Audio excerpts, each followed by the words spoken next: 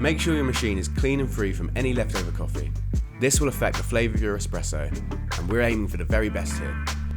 Grind your coffee, or allow us to do this for you. Just order fine grind and use your scales to fill your portafilter basket with 18 grams of Pact Coffee. If you don't have scales, aim to fill your basket to the top with ground coffee. Make sure the coffee is distributed evenly in the basket. Some espresso machines will come with distribution tools, but you can repeatedly tap the side of your portafilter if you don't have one. Rest the side of your portafilter on the side of a table and use your tamper to apply pressure to the coffee. Purge your espresso machine to get rid of any old water or coffee. Insert your portafilter into the group head. Put your cup on your scales and underneath where the water falls, and start the water flow. Keep this flowing until you have 36 millilitres of espresso.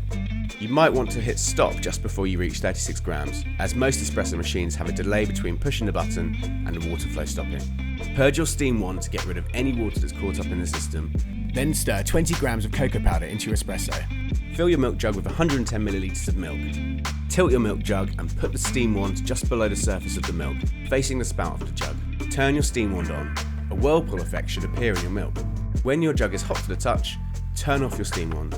Tap the bottom of the jug on a counter until all the bubbles have gone. The milk should look thick and deliciously glossy. Hold your mug at a slight angle and pour a slow, thin stream of milk over your espresso.